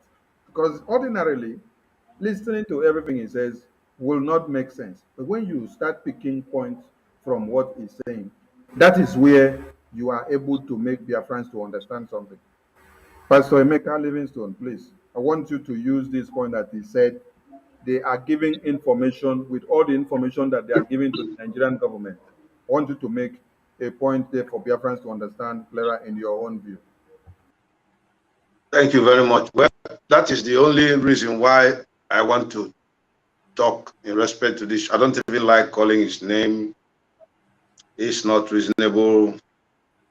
It's not somebody to deal with. It's in terms of morality, discipline, and principles, is a man of very low morals. So, I mean, why I'm only talking is because he's saying he gave information to the Nigerian government against Simon Ekpa, about Simon Ekpa, and that he's still alive, and that if the Nigerian government can pick Onyendu, who was of such a high profile, how much less Simon Ekpa? Biafrans should know, and those of them in DOS who are his colleagues and cronies, that he's just confessing that they know what happened to Onyendu, or they're happy it happened to him, and they're planning to kill Simon Ekpa. He's not fighting for the Biafran struggle. So we now know, we already knew that this guy was never a Biafran in spirit. We heard that Onyendu once suspended him, and he was brought in again through the back door. And all the comments he made about Simon having a low life background is on the contrary. It's what is happening to him from selling attachments. He got this thing. He's in liaison with politicians. He believes in Anambra. So we just know the kind of person he is. He's just a bag of trash. So, but these are the people that are betraying Biafrans, that are killing them. These are very evil people. Biafrans will note them. Anytime Biafra comes, a person like, I don't like mentioning his name, she'll face the full wrath of the law of the Biafran government. Nobody will kill him, but they'll be caught. He'll go to court to defend himself. Otherwise, I don't want to talk about him. It's like you know, soiling my mouth to mention him. He's inconsequential. He's a nonsense person. Thank you. Thank you, Mazi. Thank you very much. The whole government of the day have failed us because I strongly believe they are supporting this boy. If not, if you can rendition Mazi Nnamdi Kanu that have over 70 knots. Mazi Paulo Biko, if somebody tells you that the whole Nigerian government have disappointed them, and that if the same Nigerian government were able to kidnap Mazi Nnamdi Kanu, which they funnel it out, why can't those same people come and kidnap another comrade? What message does that mean? Or how do you send that out or explain to Biafrans to understand? You know the rendition of Mazi Nnamdi Kanu. I didn't make video for 6 months to understand exactly what is going on. There are the people that came up. But this particular person, this particular individual, I really don't like to mention his name out of my mouth, you know. But if someone will say, instead, Simon Ekpa will give us Biafra, it is better for him to hang himself and die. And when Mazi Nnamdi Kanu was here, he is still doing the same thing, meaning that he has never been interested of being a free man as a Biafran. And the people who is giving him like and who is supporting him has never supported the Biafra. Because in another way, these people have shown how they colluded to sell Mazi Nnamdi Kanu, who want to give us Biafra. And the another person who want to bring the Biafra, he is asking entire Nigerian government, why is it difficult for all 200 million people to catch one person? Your battle will be in Finland. So the thing is, you who is listening to him, you have to check. Bible said, when a blind man lead a blind man, all of them will end up in the pit. So this is the little way I can interpret to these people. Thank you very much. Thank you very much. Ordinarily, no one would love to listen to this confession, but we pick some points from them so that it will be on record that they came out and told you they work with Nigerian government, they give information to them, and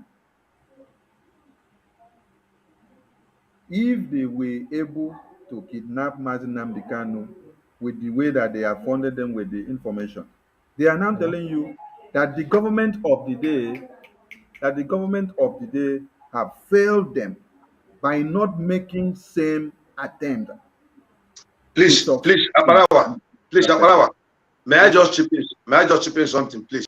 Yes. You know, these same people once accused Simon Ekpa that he received a bribe from Nigerian government against the Biafran struggle. There is one guy too that came out the other day. I see yesterday. He wrote something on Facebook. He made a declaration on Facebook asking Simon Ekpa to come for a debate. I just replied him and told him that Simon Ekpa's credibility in the Biafran liberation is not contingent upon your commendation or recommendation. The guy is not important. These are miscreants, low-life people. So they accused Simon Ekpa before that he was an agent of the Nigerian government against Biafra. Now they are turning around and saying that they gave Nigerian government information to kill Simon Ekpa.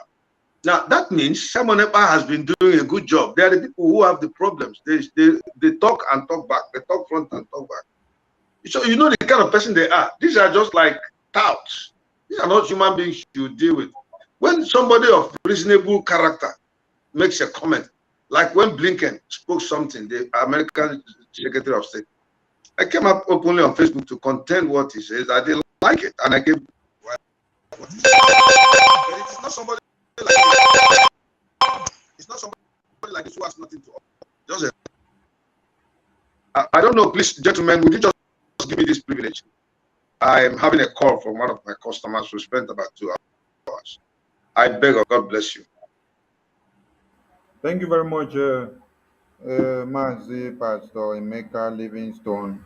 We have actually come to the end of this broadcast. Sorry, before you close, let me help Pastor Livingstone to finish up. If Simon Ekpa, they work for Nigerian government, why you they break your little head to go back the same Nigerian government where they work for? May they go kidnapper for May they go kill him. Thank you, 247. People now you talk say someone they don't collect money, Nigeria don't pay. But someone collect the money, make I go like and make it collect money, make we take and buy war plane. Make it collect the money. Fools everywhere. These are people. Nonsense. This man we should never even discuss this issue on any program again. It's a rat. Make it die naturally. Make it die. Make we live and make it die. Biafrans should understand the allegiances that these people are having with the Nigerian government, how they plan the kidnap of MNK, and how they are planning the killings of other Biafrans every day. That is the message that is coming out from their conversion. They will be confessing one after like this, and I will be dropping them small, and people will be getting the message very straight. Because on daily basis, you see Biafrans reportedly killed, and most of them are ardent IPOB members that were in Biafra land. Many people don't know how come about. But today you have been able to hear someone from IPOB telling you with all the information that we give to the government, they don't go after them. They cannot go after them. And he said, they have failed us. The government of the day have failed us because they are not giving them from what they agreed. So we thank you all, Biafrans, for listening and for watching. And I will give the mic to my comrades for their closing remarks. Please, one minute because we don't have much time. Mazi Kelechi, please, 1 minute for your closing remark, please. Yeah, Biafrans, I would say that don't get distracted. Don't allow yourself to be distracted by this. There are so many important things that we should concentrate on right now. So many things are happening around us. We have to divert our energy to profitable things. Listening to instructions, listening to Master Simon Ekpa when he issues instructions that we need to follow, at the same time protecting our backs, and then also preserving yourself and storing the things you need to store against the days of real decision. And I want you to understand that such kind of, like somebody I saw today on Facebook, I think I got the first message or the video, who was talking about he wants to challenge Simon Ekpa, blah, blah, blah, blah. And I told him, I said, Simon is busy. If you want to challenge anybody, challenge us. We're here. I'm here. I just need somebody to join me, and I'll bring it. Even if you are 10, I'll face you alone with one person. I'll face your panel. So leave all those issues. We don't need to be distracted. It is already our time to get to the promise. So they will always come with distractions. Stay strong, stay put, be strong and of good courage, according to the words of the Lord to Joshua in Joshua chapter 1, verse 28. God bless you all. We meet you again on Monday, same time. Thank you so much. My name is Kelechi Ambrose. And please subscribe to Biafra Global Network. That's my channel. And I saw somebody asking what's my channel. My channel is Biafra Global Network. So subscribe to it and you'll receive updates of information and broadcast. Thank you so much, everyone. God bless you. Real good. Thank you, Mazi. Mazi Obiko, please. 1 minute. Yeah, Biafrans, thank you so much for listening to us. All we want now is your support to subscribe so that our messages will be circulating. You subscribe to 555 Vision, Biafran Gospel, and the Bible, where we are packaging everything that is happening. The Bible says, how can they hear without a teacher? And how can they learn without a teacher? That is what we are doing. We devote ourselves to serve Biafra, to make sure that this gospel of Biafra, gospel of Mazen Nnamdi Kanu and Simon Ekpa, circulate to the last man on this earth.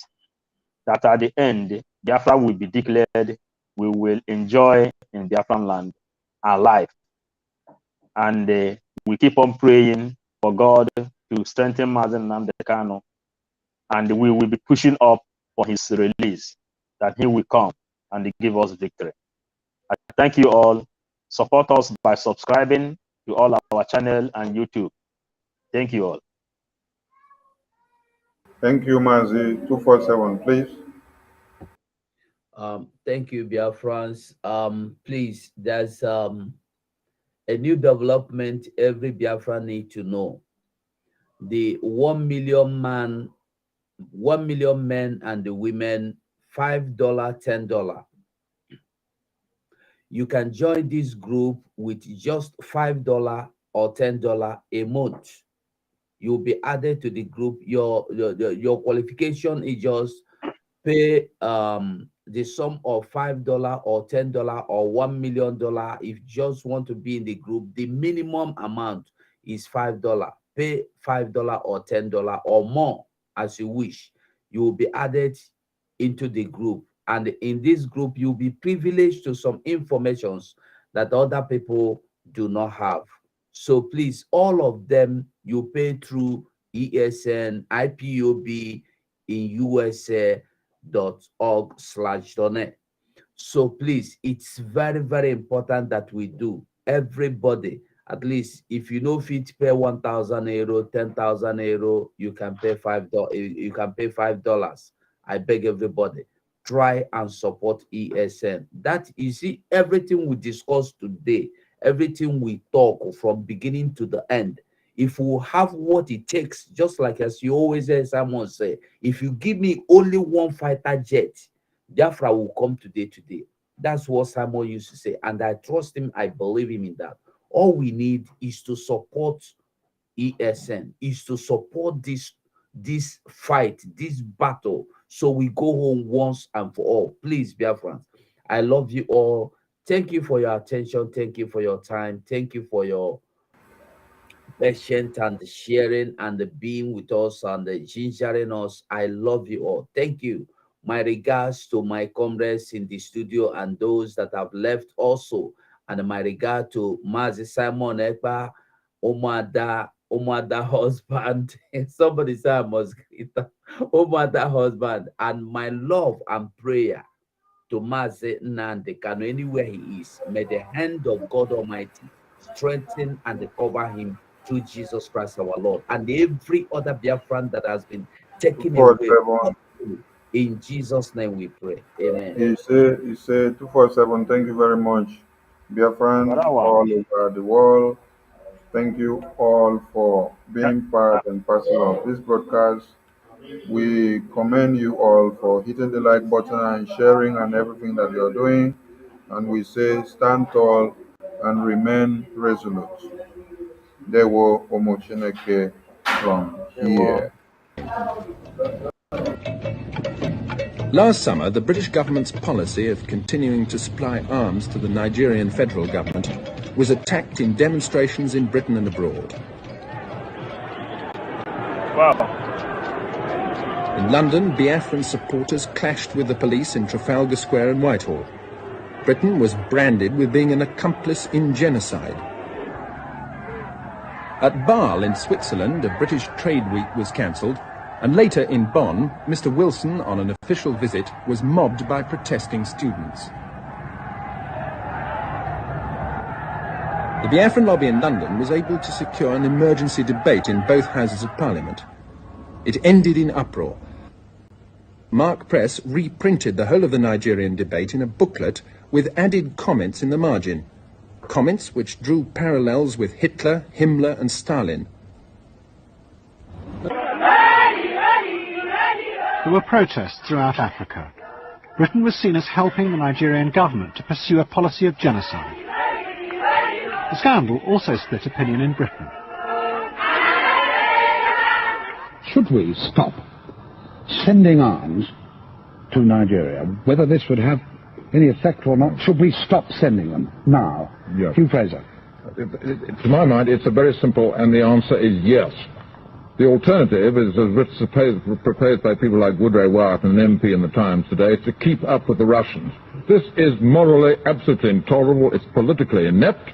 Your policy is losing out. You're making a fool of ourselves throughout the world. The people are regarding this country with moral obloquy. It's not this merely question. The policy has failed. If we don't supply arms to the Nigerian government, the Russians are going to go on doing it. The Russians have told the Nigerian government that whatever happens, they're going to see them through to victory. Well, is it wise that we should allow the whole of this vast area, with 52 million people in it, with more oil in it than Kuwait, to fall into the hands of the Russians? I mean, it's absolutely crazy. The federal government won, helped by the British arms. But the resulting scandal... IPOB, one family. Biafrans all over the world. If we want safety and security for our people, then let's continue to support Eastern Security Network. All donations are welcome. No contribution is too small or too large. Do your part, knowing that freedom is in our hands and together we must all rise to the occasion. Go to our website to make your contribution, www.ipobinUSA.org/donate. And remember that freedom is not free, but together we restore it. Farm by farm, forest by